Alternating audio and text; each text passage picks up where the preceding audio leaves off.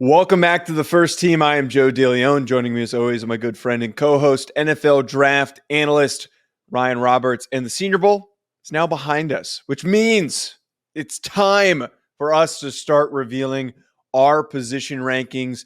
Everybody's starting to put out their top 50s. Everybody's starting to put out their top 5s, top 10s for each individual position groups. And we're going to kick things off with offensive tackles on today's show. We normally in the past have only done top 5s, but the way that we're going to do for this show, for this draft cycle, we're going to do our top 10s.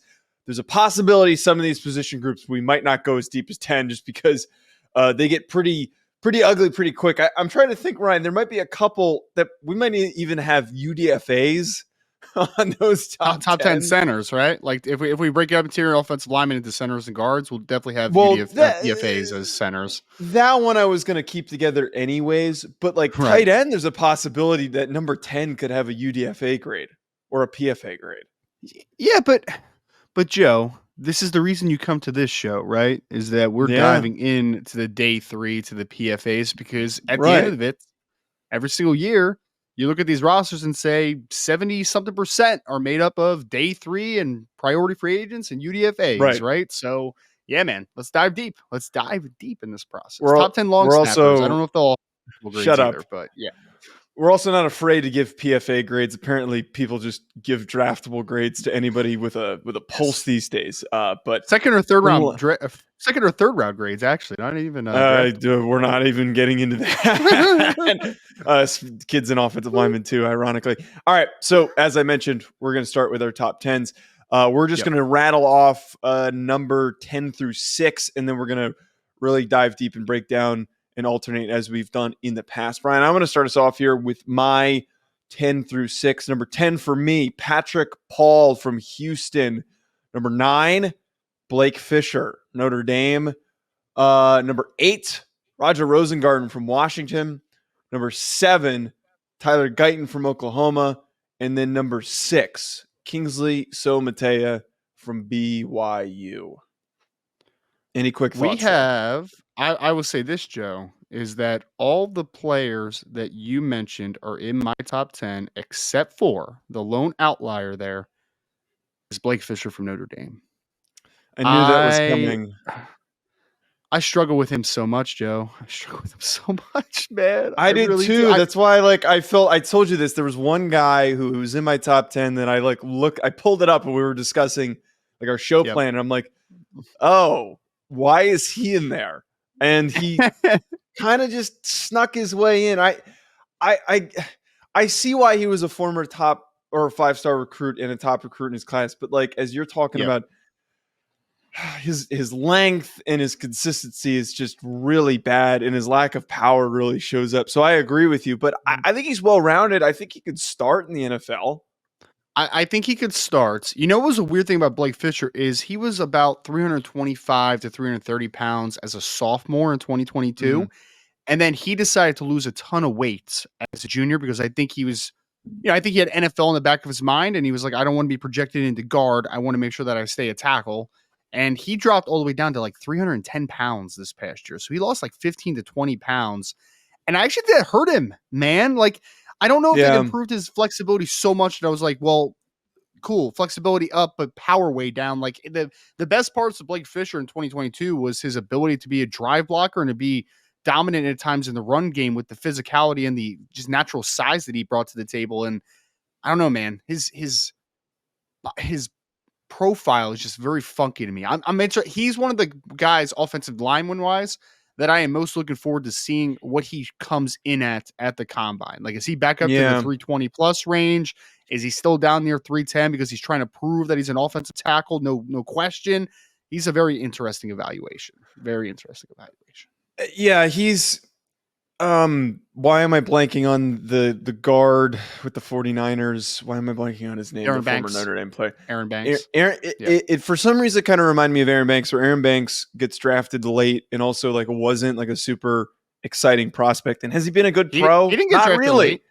He didn't get drafted late. Oh, you're right. You're right. I'm thinking of man, there's just so many random Notre Dame offensive linemen that are just in the NFL. But are you talking Robert Hainsey? Yeah, I'm thinking of Hainsey, who kind of stuck around for a very brief period of time. But it kind of reminds me of Banks, where recognizable name, goes where he does, hasn't exactly been great in the NFL, is probably going to get replaced this offseason, but has started a good amount of time. I feel like Blake Fisher kind of fits that for me, and why I'm not surprised he got on here. I'm also not in love with it, and I also would not be shocked if, as this process continues and I watch more tackles in the later rounds, I don't end up finding somebody to push ahead of him. Who is your 10 through 6? So in descending order, is it descending? No, it would be ascending order, right? Because I'm going from larger to small. It's to ascending. Higher. Okay. Yeah, it's ascending. In ascending order, number 10, same one as you, Patrick Paul, Houston. I was not a fan, but there we are. Number 9, Karan Amangaji from Yale, from me. Number 8, Kingsley Sumatea from BYU. Number 7, JC Latham. I'm higher on Kingsley. I don't know if you're higher. Your order is a little bit differing. Well, how? I mean, well, no. We're talking about value versus evaluation, though. Well, okay. Yes, but what's the round grade is a better question as far as what you have on Kingsley Sumatea, because I have a firm second round grade on Kingsley. I had an early second on him. Oh, so you actually are a little bit higher, just a touch. Okay. All right, so you said Kingsley JC Sumatea at 8, JC Latham at 7. From Alabama, and then number 6 for me is Tyler Guyton, offensive tackle from Oklahoma. Let's hit on Tyler Guyton really quick, because he is a popular name right now. I still see a world where he could sneak into the end of the first round, be early second. I mean, the traits are all there: tall, long, former tight end. We talked about him during the Senior Bowl week. Just a little light in the ass. I think it's kind of funny, and we're going to talk about Joe Alt in a little bit, where we knew who Joe Alt was, and we knew that he was a really good player, but one of the things we were hoping for is bulk up his lower half, bulk up his upper body and his arms, and he would really solidify himself. I think Tyler Guyton is where Joe Alt was coming into the season this summer. So, Guyton could get there. Maybe it takes an off season.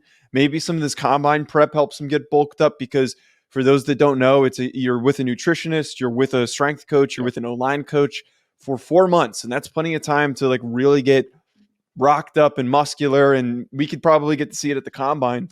But I think it's good. He's got value. He's got pretty good value for the position. There's a chance that he's one of the top 3 to 4 players in this class long-term if he hits, right? I mean, there's just a little bit of volatility to Tyler Guyton, in my opinion, at this point, because I think it's valued to where he's being projected, Joe. I'm not ready to do what you just did and say I'm willing to bet that he has a chance to go in the late first, early second round. He is going. I'm talking in absolute now. He's going in the first round. So we all need to just come to terms with it. He is going to be a first round pick. I wouldn't be shocked if he goes top 20. I wouldn't be shocked about it one little bit, because you can't teach 6'7". You can't teach 328 with a very easy frame to add more weight potentially. You can't teach the length, and you can't teach the foot quickness. There are things that worry the heck out of me with Tyler Guyton. Specifically, the bend in his hips, experience, and a little bit of frantic playing, I guess, for lack of a better word. The guy's just a little bit out of control right now, and I don't think the game has slowed down a ton. But the athletic profile, combined with working with Coach Bedenbaugh down in Oklahoma for the last 2 years, Joe, I think he's going to be a first-round pick for sure. I think he could go top 20. So I have a second-round grade on him, a early second-round grade, because I see the upside, I see the potential, I see the profile. But he would scare me, especially early on in the career. This is a little bit of a volatile player, in my opinion. BetOnline remains your top spot for all of your live betting action and contests. NFL, college football, UFC, NHL are all in full swing. BetOnline is your number one source for wagering news, odds, trends, and predictions, with both desktop and mobile access at any time. Head to BetOnline today and use promo code BELIEVE, that's BLEAV, for 50% off your first deposit. That is a 50% welcome bonus. BetOnline, where the game starts. Yeah, I agree with all that. I actually have an early third on him, so I'm a little bit more cooler on. I just don't want to get super. I understand the projection and his ceiling. I just don't want to get super gung ho, because there's a theoretic possibility that a guy like that doesn't fill out. Again, I always bring up with players like this, Matt Pert, who looked really good in his first season. And then as soon as he was asked to like really strengthen himself, it never happened. So as a Giants fan, I was sorely disappointed. I'm going to start us off, Ryan, with our top fives. My number 5 offensive tackle, Amarius Mims, 6'7", 340 pounds, massive football player, late first round grade for me. Played sparingly because of injury this year, and then the previous season, he was just sneaking his way into the lineup. Has a fantastic run during their national championship run in 2022. And you noticed that the minute that he was unavailable for games this season, that their offensive line play, it didn't plummet, but it went down. You noticed that there was not as much cohesion. The SEC championship game is a really good example that he was not available, and they really, really struggled. This is a guy, though, that despite not playing a ton, is just a natural. We talked about this during the mailbag. He is so natural at the position, not having a lot of experience, which makes me really optimistic that he eventually becomes a really good starting left or right tackle in the NFL. He's so new that you could plug him into either spot. The type of player with the base that he's going to lock down guys very, very easily. Very strong physical player. I think that there's absolutely a need to refine his technique and to refine his body angles and his steps and run blocking. But if you can make those advancements, he could be one of those guys that just bursts onto the scene and has a really, really good rookie season as he learns and improves as he's playing more and more in the NFL. I'm going to go more in depth on Amarius Mims in a little bit here. No, do it now. Do it now? Yeah, because that's what I hate do that. it now. Because this is what's going to happen, though. You're going to talk about him, and then you'll be like, wait, who was your 4? And then I'll be like, it was Amarius Mims. You'll be like, oh, you told me that 10 minutes ago, even though I still got to talk about 5. And, the better flow, so we're not going backwards, is I love it when we peel the curtain back and we break down the flow of the show as we're going. Yes. Let's talk about Mims. Let's talk about guys when they come up. And then when we get to where he is on your list, just say where he is on your list. Okay. Amarius Mims, Joe, is a freak show. You do not find guys that look like this often. There are a couple guys on the list in general that are going to be about the equal size. I mentioned Patrick Paul, who weighed in at 6'7", 330 pounds. I just mentioned Tyler Guyton, who was 6'7", 328 pounds at the Reese's Senior Bowl. But neither one of those guys look quite like Amarius Mims, dude. He is just one of the freakiest offensive tackle prospects that I have ever seen in the years of doing this now. I mean, this kid has body beautiful, first guy off the bus type of look to him. The power and the core strength that he has is just remarkable. It's remarkable when a player is even able to get inside of his frame. Even if Amarius Mims doesn't have the best body positioning and the best inside positioning of all time with his hands, he still doesn't get driven back. You just can't move this young man. 2022 film against Ohio State, against 2 future edge players in the NFL, JT Tuimoloau, Jack Sawyer. It was like child's play, man. It was like a grown man against a high schooler. That's what it looked like in that football game. You couldn't move him. Now, he is a gamble in the sense that he hasn't played almost at all. I mean, he started a few games this year, started last like three games of 2022. He just hasn't played a ton. And offensive line is a position where you want experience. You want guys that have been battle tested, had rep after rep after rep, because it is not easy, man. It is not easy to play on the NFL level, especially playing right tackle, maybe left tackle. I mean, he has that type of upside to him. If you told me 5 years from now that Amarius Mims was the best offensive tackle in the 2024 NFL draft class, I wouldn't think you were absurd. I would not think you're absurd. I would think that is very possible. He has that type of upside. Now, his floor is not as high as a couple guys on this list because he just hasn't played a ton. But, man, if this kid hits, he can be an all-pro. He could be a superstar. First-round grade, firm middle first-round grade for me that could be higher. The best of Amarius Mims is all pro level. The worst is that he just hasn't played. It's not even like it's bad film. It's just that there's games where you just literally don't see him because he isn't playing.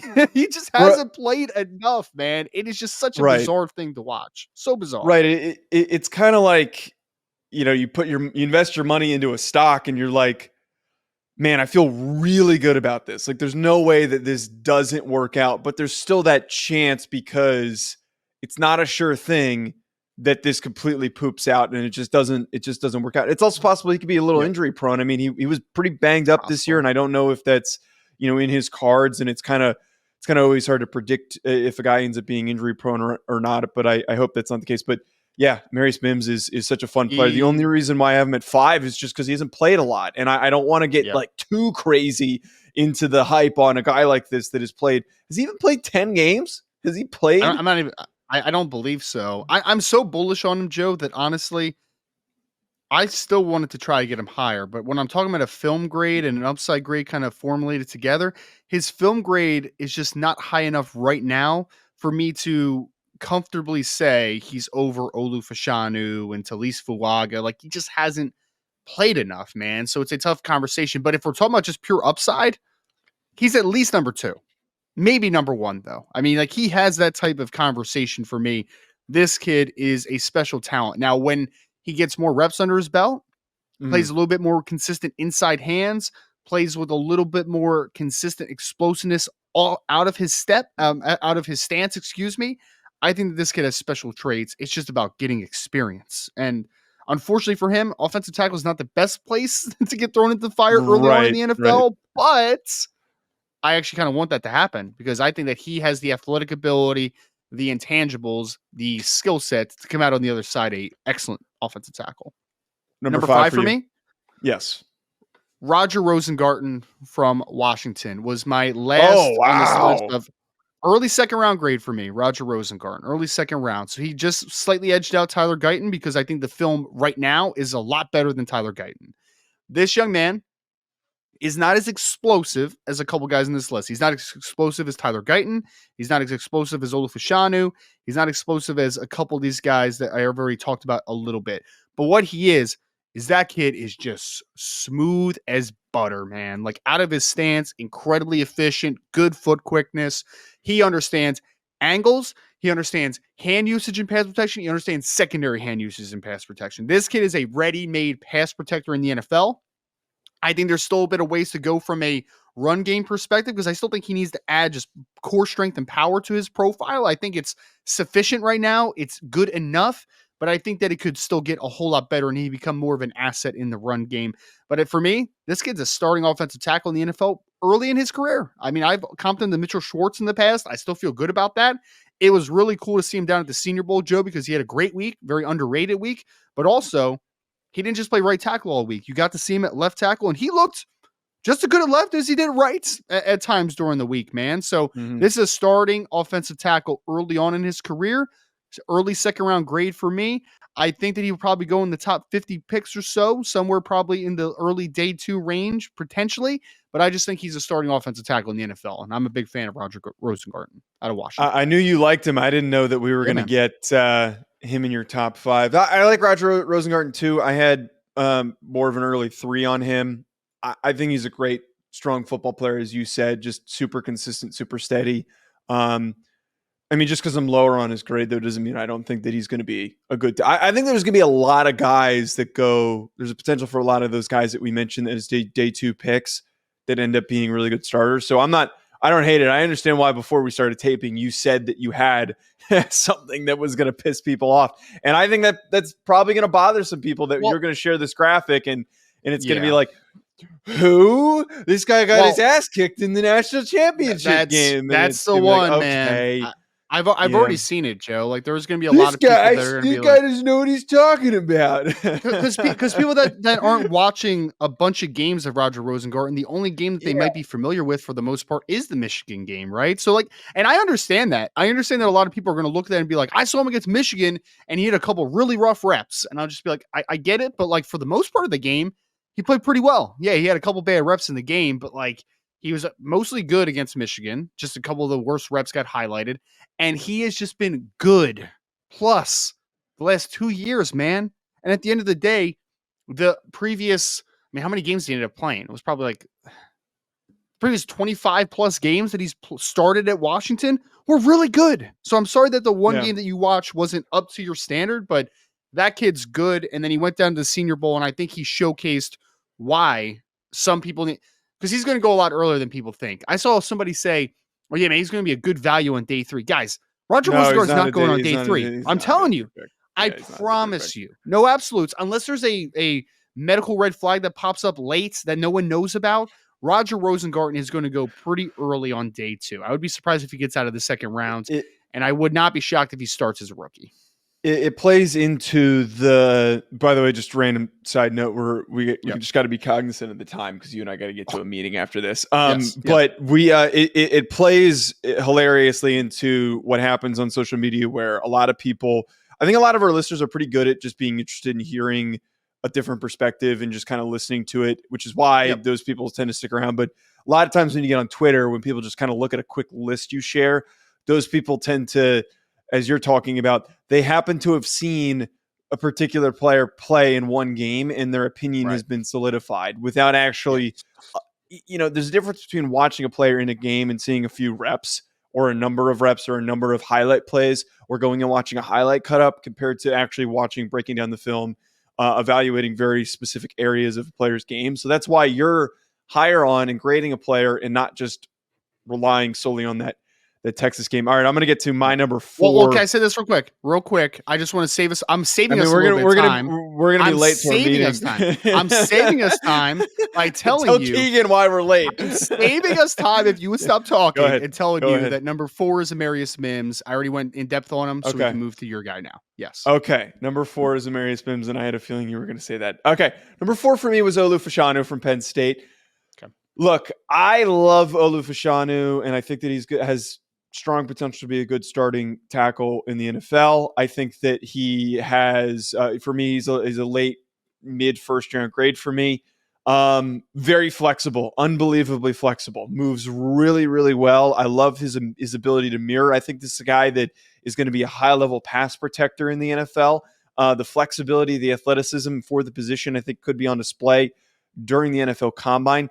The one thing that I was a little bit iffy on, why I don't have him graded as like my top 2 tackle like we had in the preseason, like some people did, I needed to see his run game improve. I needed to see him as a run blocker improve. And he stayed exactly the same. A lot of inconsistent, messy angles. Does not do a very good job of staying low and like really driving guys out. That stuff really needs to be worked on. In the NFL, he's going to be called upon to do that. And it's really weird because he played in an offense that he was asked to run block a lot. They ran the ball a pretty fair amount at Penn State this past year and in his time at Penn State. So it just feels a little weird to me that Olu Fashanu still hasn't figured it out. If he, at the very least, for the beginning of his career, is just a really good pass protector, that's tremendous value to take him in the middle of the first round. But I wouldn't take him amongst the top tackles, the top 3 tackles, just because I'm a little bit wary of what he does as a run blocker. So I heard that right. You said number 4, Olu Fashanu. Yeah. Wow. You want to talk about something that's going to get ripped up in shreds on Twitter, sir? That is I don't think that's an outlet, but he's still a first round grade for me. So it's like I don't understand what's I think it's more probably the person that you have right in front of him that we'll talk a little bit deeper on in a couple of minutes here. But I'm going to make it easy on Olu. We talked about him a ton. Reminds me of DeBrickashaw Ferguson, who was the former New York Jets first round pick out of Virginia a long time ago now at this point. But he was a stalwart pass blocker during his career with the Jets. Not the greatest run blocker in the world. Olu has tools to be better in that area. But I agree that he does not latch very well, and not even his angles as much as his point of contact on the body, his hand placement, his ability to drive his hat through the contact and be able to create leverage on blockers, very inconsistent. It's just not good right now. But pass blocking wise, I think he'll be a very plus player in that department. He's got great core strength. He's got really good foot quickness. He's got a lot of tools to work with, man. Kid's got a six pack at 300 plus pounds playing Yeah. offensive tackle. So he's got all the tools. I agree it's not quite there yet, but I grade him out a little bit higher just because I think that the athleticism and the pass blocking upside are just very, very good for Olu Fashanu. Who'd you have at number 4? Number 4 was Amarius Mims. See, that's what I was talking about before. Oh, I already mentioned him. Okay, apologies. But to be fair, we in the past have wasted a lot of time coming back to guys and then just rehashing discussions. So I'm just We're trying wasting to time right now. We're wasting time right now by your explanation. Your number 3, then take us to number 3. Taliese Fuaga, offensive tackle, Oregon State, just kind of asserted himself on the Senior Bowl and just kind of checked a lot of boxes for me. I think that this kid at 6'5" and 7'8", 330 plus pounds, has incredible power in his profile. Very strong core, very good foot quickness as well to work laterally. I don't think the flexibility is the greatest in the world, which is probably why he sticks at right tackle long term. But the hand usage is really good. I just think this kid's going to be a Pro Bowl right tackle on the next level and a guy that can plug and play. Could he play guard as well? Sure. But I think that this kid is a right tackle on the next level, and I think he's a plus one long term out of Oregon State. Yeah, you know that my mouth was agape because I was surprised that he wasn't your number 2. Fuaga, well, he's been my number 3 for a while, though. We've talked about that. He's been my number 3 for a while. Nothing's really changed, so... I love Taliese Fuaga. He is probably my favorite player in this class. As you said, not the most flexible, but oh my God, is he powerful. But the biggest thing for me is the violence that this guy plays with. And I think where I got the most excited, why I was willing to be all in on him, is because of the way that he showed how good he moves in space and how effectively he can get to the second level. He plays with really strong angles. And I love tackles who can get to the second level and aren't just looking for work, but are looking to kill dudes when they see them downfield. There's a number of reps, and I shared clips of him a while ago, where he's just popping guys and really just knocking them over, defensive backs, linebackers.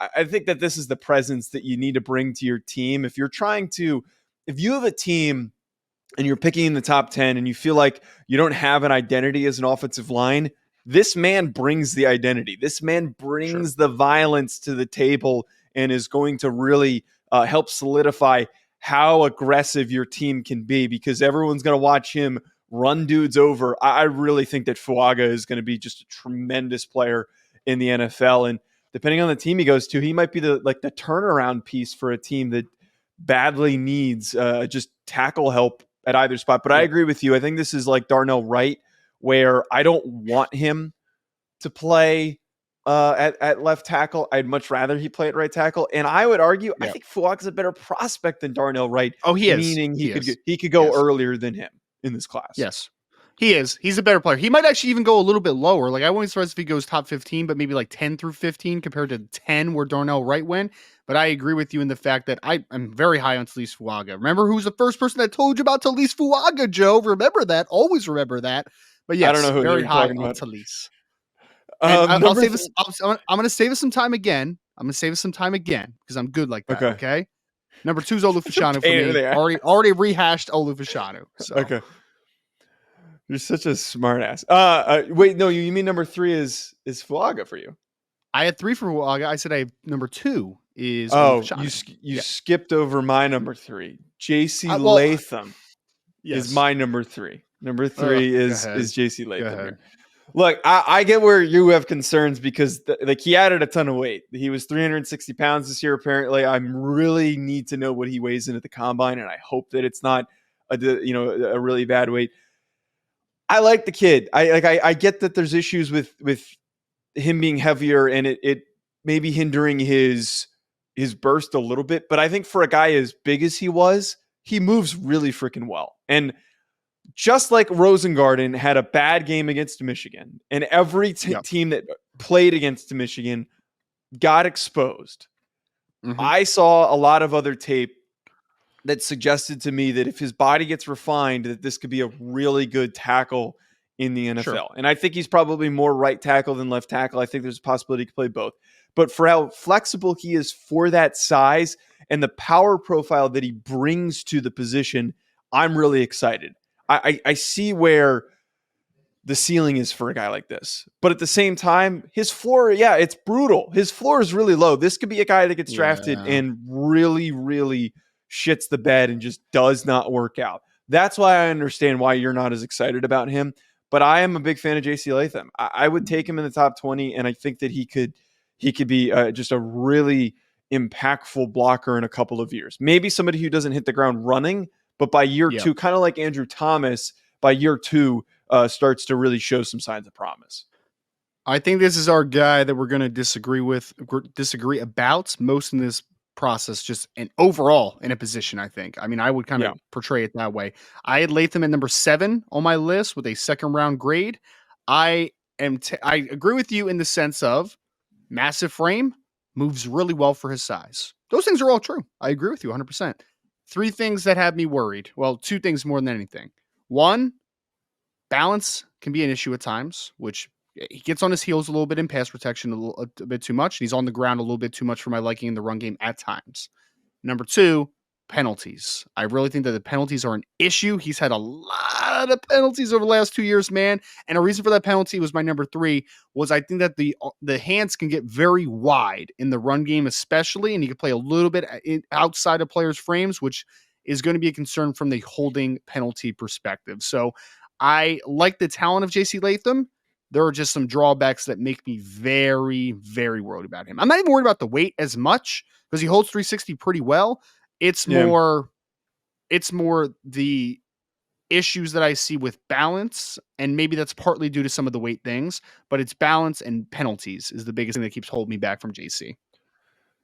2 was Olu for you. Fuaga was 2 for me. That means the obvious one here, Joe Alt, is number 1. You've come to the light. You've come to the light, Joe. Congratulations. You came here, brother. You came to the light. What do you mean? What do you mean? You had Olu number 1 before the preseason. You had number 1 Olu. Yeah, well, okay. Yeah. It was justified. And I mentioned this earlier that I felt as though I wanted to see Joe Alt really build out his lower half and add a lot of weight to his arms. Like he kind of was. He was pretty thin at certain parts of his body. And like, this is a filled out kid now. This is a starting long-time all-pro left tackle, top 3 player in the class for me. One of the few guys. I have 3 guys that have top 5 grades, which basically means this will be an all-pro player. And he fit at that number 3 spot with a top 5 grade.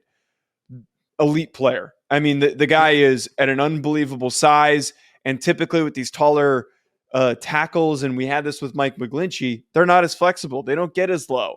He does. He plays at an unbelievably low pad level. He is going to be an unbelievable player in the NFL. And the length just makes him so good. And on top of that, his technique is phenomenal. There's not really much wrong with a guy like this. And we need to stop overthinking him, which I'm sure we're going to talk about in a second. But the guy is an unbelievable football player.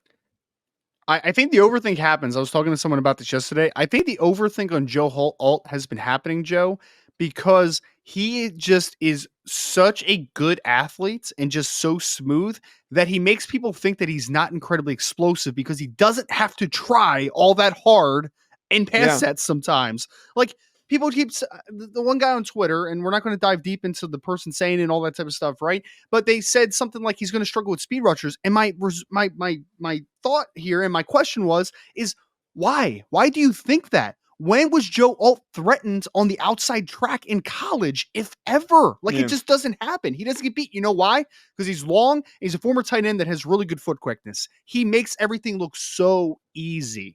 And to easily paraphrase it, because we've spent a million times talking about Joe Alt, this process is about checking boxes. 6'8", 322, check. Improving his body type as far as adding key weight to his frame, check. Former high school tight end, foot quickness, check. 34 plus inch arms, probably 35 plus inch arms, check. 2 3/4 year starter for the University of Notre Dame that does a great job historically of producing offensive linemen. Check. Played under Harry Hiestand. Check. NFL bloodlines. John Alt, his father, played with the Kansas City Chiefs as an offensive lineman and is in the Ring of Honor. Check. What are we doing with this discounting of Joe Alt? Him and Marvin Harrison are the 2 easiest evaluations in the 2024 NFL draft, guys. There just isn't much fault here. Could he still get a little more dominant in the run game? Sure. Could he still get more powerful? Yes. But we're talking about a 21-year-old player who's the youngest offensive tackle in the 2024 class. Stop overthinking it. Yeah. It's an easy evaluation. Just stop. Yeah, the guy's unbelievably gifted. I mean, this isn't, we don't see guys this big that can move this well. Even if there were deficiencies in his game, these players don't come around often. I think that maybe he needs to add like a little bit more power to his lower half so he can actually drive guys a little bit better and prevent guys that do get in his chest from popping him back. But he's a great player. If anything, I'd be more worried about him against power rushers because he's still not as strong as I think he could be. But Joe Alt is an amazing football player, and he is going to be a top 10 pick no matter what, in my opinion. At Joe DeLeone, at Rise and Draft. Folks, thank you so much for tuning in. We'll be back next week with cornerbacks, who's going to be our next position group. Enjoy the rest of your week, folks. We'll talk to you soon.